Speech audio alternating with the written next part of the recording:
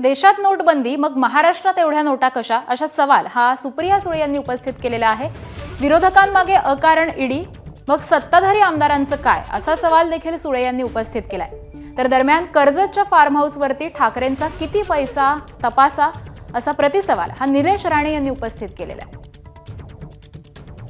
सातत्याने एकीकडे माननीय प्रधानमंत्री नोटबंदी, कॅश, काळा पैसा नको म्हणतात आणि महाराष्ट्रात तर सगळा काळा पैसा, कॅश हा अमाप दिसतोय। मग नोटा आल्या कुठून, याची इन्क्वायरी कधी होणार? मी आज बोलणार आहे इलेक्शन रिफॉर्म्सवर। मी याची ईडी आणि सीबीआय मागणार आहे। ज्यांनी काही केलं नाही त्यांच्या मागे ईडी आणि सीबीआय, आणि त्यांना जेलमध्ये टाकतात।